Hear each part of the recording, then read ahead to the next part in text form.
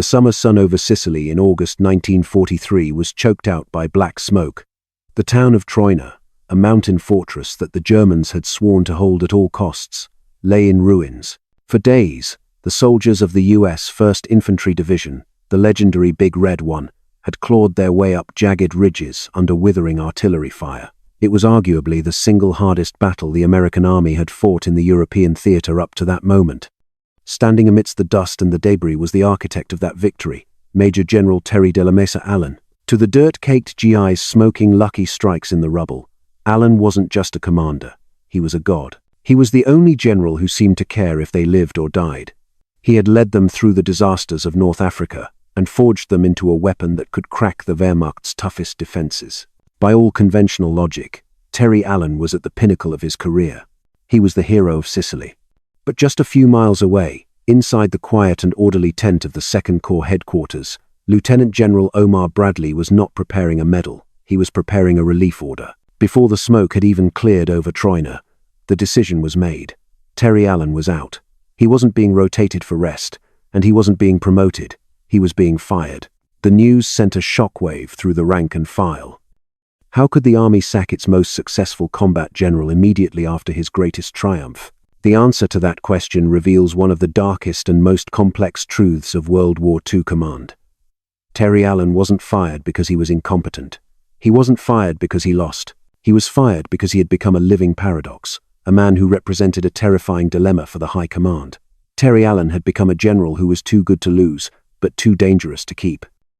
To understand why the army felt it had to destroy the career of its best fighter, you first have to understand who Terrible Terry actually was. In an officer corps filled with polished, politically savvy managers, Allen was a gladiator. His friction with the establishment began decades before the war. While officers like Omar Bradley were model students who aced their exams, Terry Allen was a washout. He actually flunked out of West Point after failing mathematics and ordnance. Most men would have resigned themselves to civilian life. Allen didn't. He enrolled in Catholic University, not to become a scholar, but to prepare for a second chance. He studied furiously, passed a competitive exam, and won a commission in the cavalry through the side door. He had clawed his way back in, but he never shed the reputation of being the class screw-up. He was the antithesis of the soldier's general image that Bradley cultivated. Allen didn't look like a general. He looked like an exhausted sergeant who had slept in his clothes for a week. He hated wearing a tie. His uniform was perpetually wrinkled, and he preferred the company of a bottle of whiskey to the company of fellow generals. He possessed a rebellious streak a mile wide, and he ran his division less like a military unit and more like a fiercely loyal street gang. But there was a deeper, more human vulnerability to Allen that made his soldiers love him. The man had a severe stutter. In staff meetings, briefings, or polite dinner parties with high-ranking brass, Allen would often struggle to get a sentence out. It was a humiliating affliction for a man in command, one that made him seem unsure of himself in the halls of power. However, a strange transformation occurred the moment the shooting started. Witnesses observed that as soon as the artillery began to fall and the chaos of combat took over, Terry Allen's stutter completely vanished. Under fire, his voice became booming, clear, and decisive. He directed battalions and regiments with the precision of a conductor. When a war correspondent once asked him about this miraculous change, Allen delivered one of the most legendary lines of the war. He simply looked at the reporter and said, "I was too busy shooting Krauts to stutter." That was the essence of the man. He was built for war, not for the army. And he wasn't alone in his rebellion. At his side was his assistant division commander, Brigadier General Theodore Roosevelt Jr., the son of the former president. Roosevelt was just as wild and unkempt as Allen, often wandering the front lines with a cane instead of a weapon. Together, they formed a charismatic but reckless duo, Batman and Robin with artillery support. They created a culture where the only thing that mattered was fighting, and where the rules of the United States Army were treated as mere suggestions. To fully grasp why Terry Allen and his men developed such a dangerous God complex, we have to go back to the moment the U.S. Army hit rock bottom, the Battle of Kasserine Pass, in February 1943. It was a humiliation. Green American troops were steamrolled by Rommel's hardened Afrika Korps. Equipment was abandoned, lines collapsed, and the reputation of the American soldier was in shambles. The 1st Infantry Division was there, and while they fought better than most, they were still part of an army that had been embarrassed on the world stage. But out of this disaster, Terry Allen went to work. He didn't just retrain his men, he rewired their psychology. He told them that the failure at Kasserine wasn't their fault. It was the fault of the incompetent commanders above them and the weak units beside them. He drilled into their heads a singular, toxic, but effective truth. We are the big red one. We are the only real killers in this desert. Everyone else is just baggage. The proof of Allen's method came just weeks later at El Gitar. Here, the 1st Division stood their ground against a massive panzer assault. They didn't run. They destroyed tank after tank with artillery and sheer grit. It was the first major American victory against the Germans in the war. Allen had taken a beaten dog and turned it into a wolf. But that victory came with a heavy price. The soldiers of the Big Red One stopped seeing themselves as part of the Allied expeditionary force. They began to operate like a separatist state. Under Allen's permissive gaze, they adopted a unique, ragged uniform code that horrified inspection officers. They discarded their gaiters, left their helmet straps unbuckled, and wore scarves knotted loosely around their necks like corsairs. To Allen, this lack of polish was a badge of honor, a visual signal that his men were too busy killing Germans to worry about spit and polish. The Prima Donna attitude exploded. They rampaged through rear echelon towns, raiding supply depots for better food, hijacking wine shipments, and famously getting into fistfights with Patton's military police. They refused to salute officers from other units, treating the one on their shoulder patches as a license to do whatever they wanted. Bradley watched this transformation with growing alarm. He realized that Allen had created a monster. By convincing his men they were superior to everyone else to overcome the trauma of Kasserine, Allen had made them unmanageable. Bradley feared that this supremacy complex would lead to disaster in the future. He wasn't just dealing with a discipline problem. He was dealing with a private army that was loyal only to Terry Allen and hostile to the rest of the United States military. To understand just how deep the bond ran between Terry Allen and his men, we don't have to rely on military reports. We have the testimony of the most trusted voice in America, Ernie Pyle. Pyle was the legendary war correspondent who lived in the mud with the infantry. He didn't care about strategy. He cared about the human soul of the war. And Pyle fell in love with the Big Red One. He spent weeks embedded with Allen's unit during the Tunisia campaign. What Pyle saw amazed him.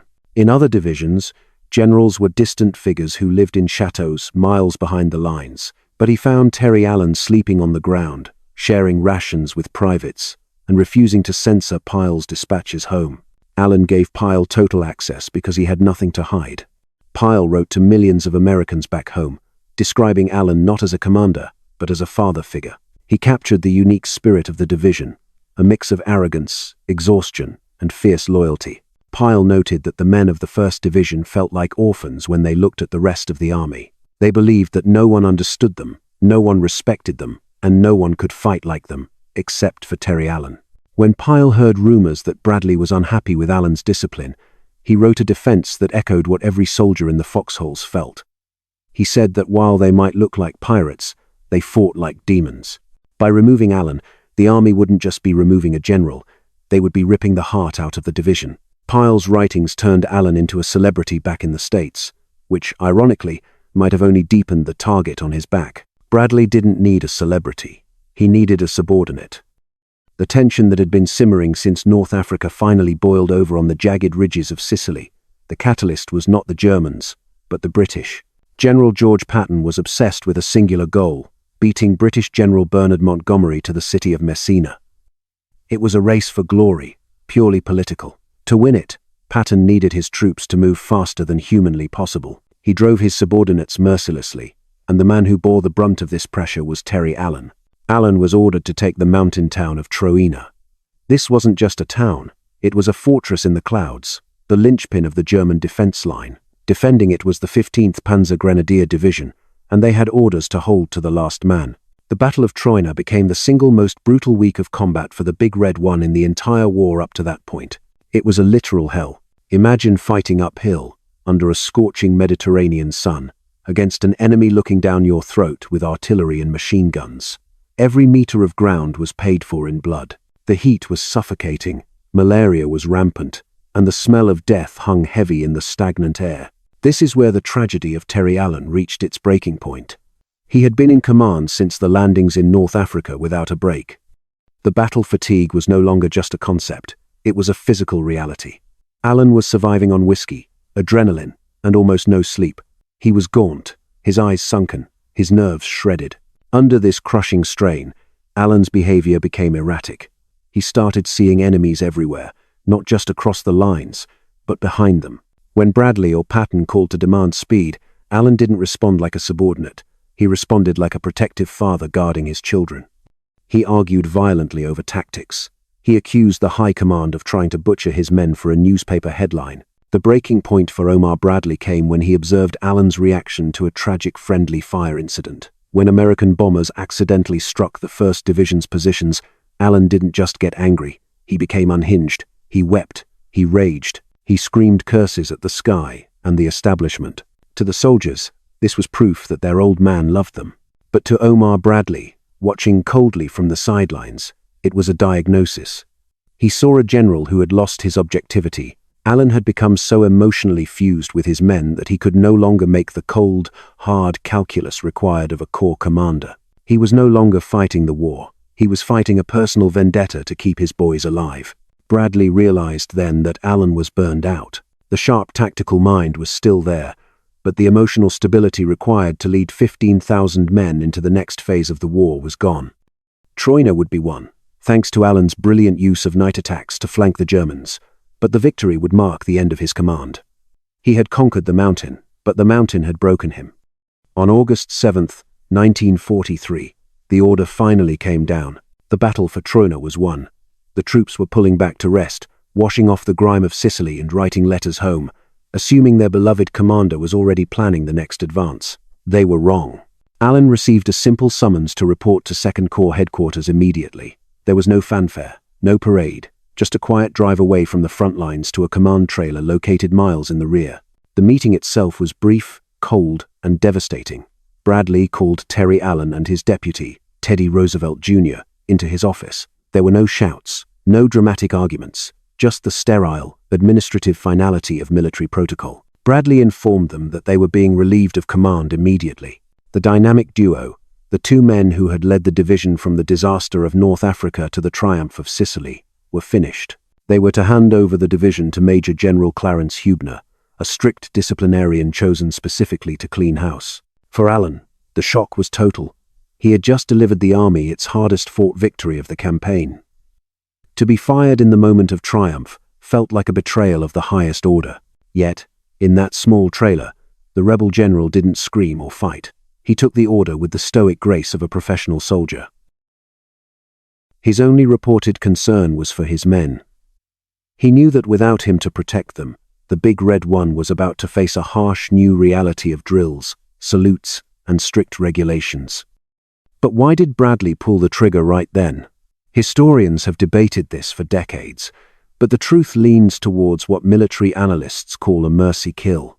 Bradley wasn't just punishing Alan, he was saving him. He recognized that Alan was physically and emotionally bankrupt. The general who wept at friendly fire and raged at his superiors was not the man who could lead the invasion of Normandy. Furthermore, Bradley needed to break the cult of personality. He needed the 1st Infantry Division to stop being Terry Allen's private army and start being a cog in the greater Allied machine. By removing the father figure, Bradley forced the Prima Donnas to grow up. It was a ruthless, heartless decision, but in the cold calculus of total war, it was likely the correct one. Alan was sent home not in disgrace, but in a sort of purgatory, too wild for the current war, but too valuable to discard completely. The true validation of Bradley's fear, that the division had become too loyal to Alan, happened the moment Alan left. The transition to the new commander, Major General Clarence Huebner, was nearly catastrophic. Huebner was the polar opposite of Alan. He was a strict disciplinarian, a man of spit and polish who believed that a soldier who couldn't salute properly couldn't shoot properly. When he took command in Sicily, he walked into a lion's den. The soldiers of the Big Red One treated Huebner not as a new boss, but as a foreign occupier. They openly booed him during his first inspection. They glared at him with undisguised hatred. There were reports of soldiers deliberately messing up drills just to spite him. It was a near-mutiny atmosphere. In one famous incident, Huebner ordered a rigorous training schedule to whip the men back into shape immediately after the brutal fighting in Sicily. The resentment was so thick you could cut it with a knife. The veterans, men who had survived Kasserine and Troina, felt insulted. They believed the army was punishing them for winning. It took Huebner months of hard work and leading from the front to eventually earn the division's respect. But those first few weeks proved exactly why Bradley had to fire Allen. The 1st Infantry Division had ceased to be a unit of the United States Army. It had become the personal cult of Terry Allen. If they had gone into the invasion of Normandy with that attitude, rejecting any commander who wasn't Allen, the results on Omaha Beach could have been disastrous. Bradley's mercy kill had indeed saved the division, but it nearly broke it first. If the story ended there, it would be a tragedy. But Terry Allen was a fighter, and fighters don't stay down. After a period of rest in the United States, time he desperately needed to heal his frayed nerves, General Marshall gave him a second chance. He was given command of a brand new unit, the 104th Infantry Division, the Timberwolves. This was Allen's redemption. He took these green kids and trained them with the same ferocity he had used with the big red one. But this time, he applied the hard lessons he had learned from his firing. He kept the aggression but added the discipline. When the Timberwolves hit the line in Europe in 1944, they became legendary for their night attacks, Allen's signature move. They fought through Belgium and Germany with a terrifying efficiency, but without the rebellious chaos that had plagued the 1st Division. Allen proved to the world, and perhaps to Omar Bradley, that he could win without losing control. However, the saga of the Allen family has a haunting postscript, one that echoes the tragedy of war across generations. Decades later, another Terry Allen would go to war. Lieutenant Colonel Terry Allen Jr., the general's son, followed in his father's footsteps to West Point and into the infantry. In October 1967, deep in the jungles of Vietnam, Terry Allen Jr. led a battalion into a brutal ambush near Ong Than. The unit he was commanding was the 2nd Battalion of the 28th Infantry. The irony is heartbreaking. It was a unit of the 1st Infantry Division. The son died fighting in the same big red one that his father had made legendary. He was killed in action leading his men from the front, just as his father would have done. So, how do we judge the firing of Terry Allen today?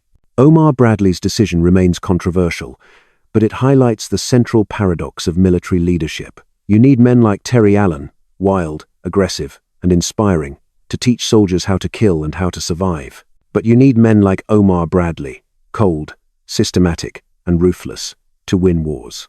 Terry Allen was the ultimate warrior, a man who loved his soldiers too much to play by the rules. He was fired because he refused to be a manager in a war that demanded them. In the end, he was indeed too good to lose, but for that specific moment in history, he was too dangerous to keep. And that is the burden of command.